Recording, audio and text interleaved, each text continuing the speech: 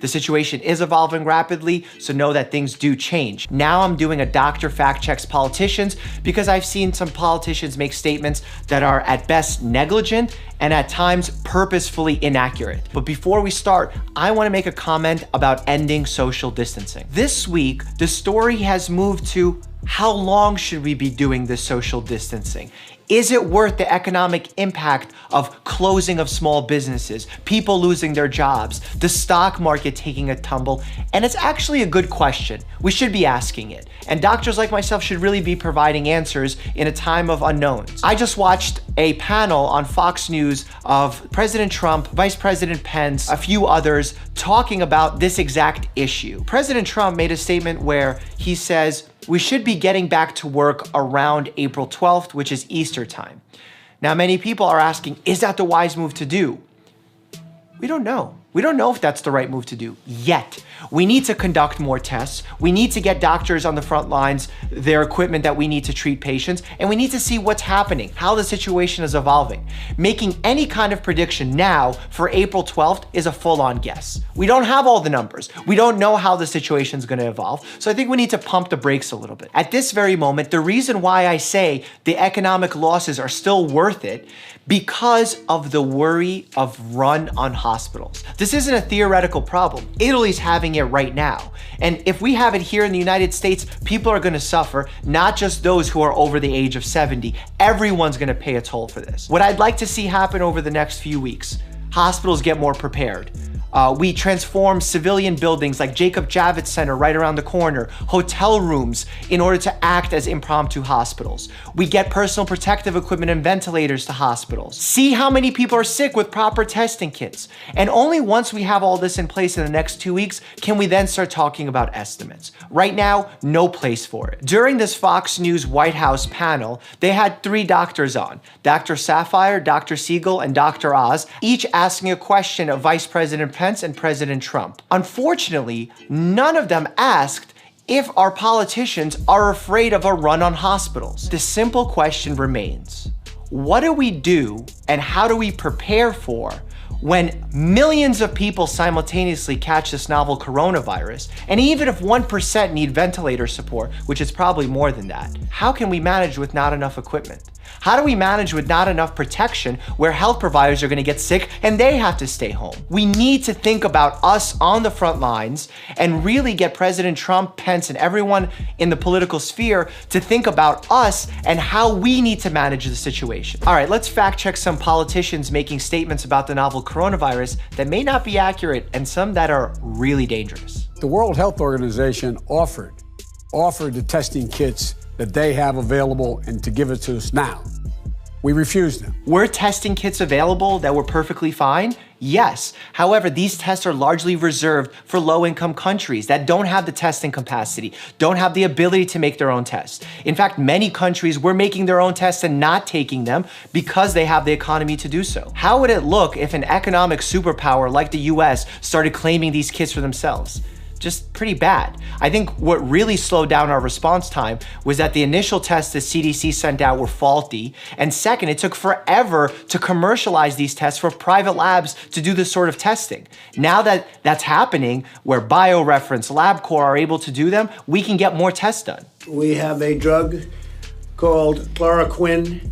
A derivation would be hydroxychloroquine. We think it has a very serious, very good impact on what we're talking about with respect to the virus. So you'll take a look at that and you can coordinate with us. But I think to me, that's a game changer. First and foremost, it's not a game changer yet.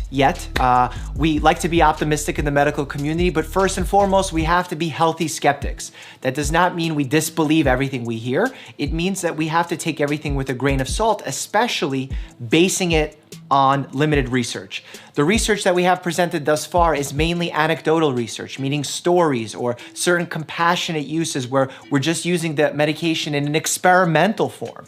In fact, there was a recent research study that came out combining hydroxychloroquine, this anti-malaria medication, with azithromycin, which is an antibiotic medication, and it found that it decreased the amount of the virus that's present in the nasopharyngeal swabs that we use to test for it.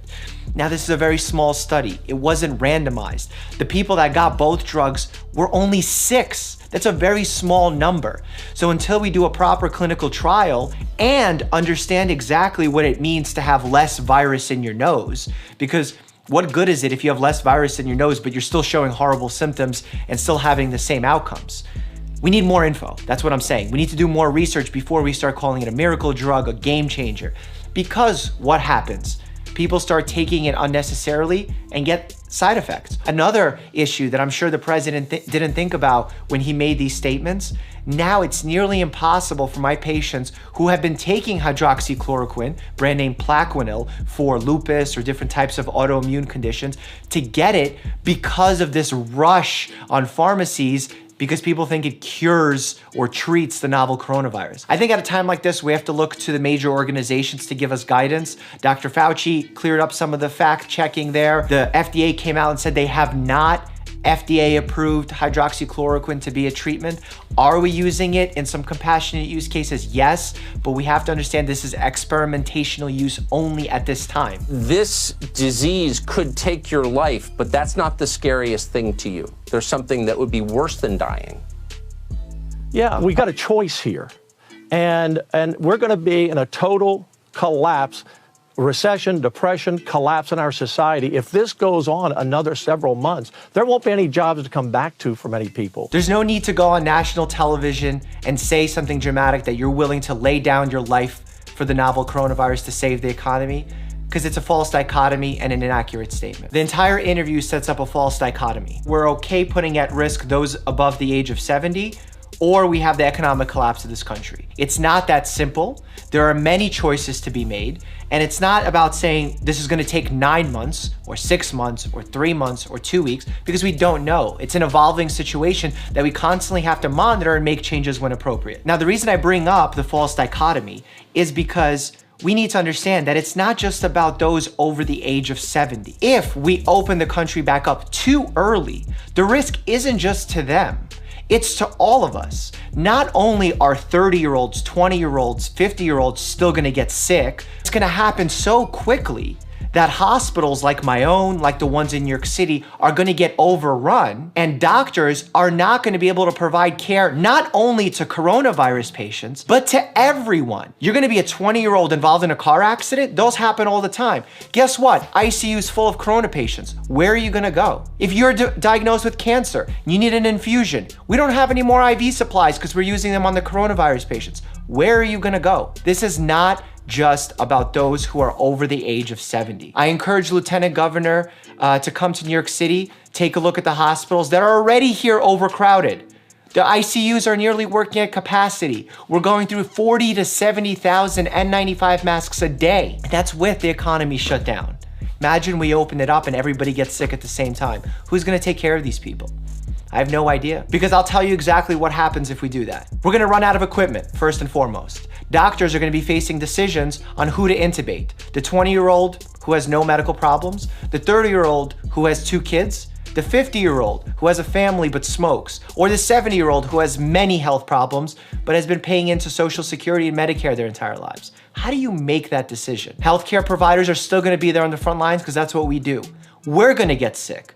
We're gonna start losing our lives. We're gonna stop showing up to work. And who's gonna be there to take care of the patients who need help that are not coronavirus patients? I don't have an answer to that. So it's not as simple as let's open up the country to save jobs. We all want that. We don't want the economy to collapse as doctors. In fact, something Trump said earlier on another press conference is, if doctors just had their way, they'd shut down the entire country for a period of time. Yeah, maybe in an experiment form, but not in real life. We don't want to destroy the economy. We want to make sure that we lose the least amount of lives possible. We keep hospitals up and running, and we're able to take care of as many people while maintaining a proper economy. Now, can we open up the country in a few weeks' time? It's very possible, but we need to wait. We need to get more testing kits done. We need to get providers the protection we need on the front lines, and then make evaluations as they come.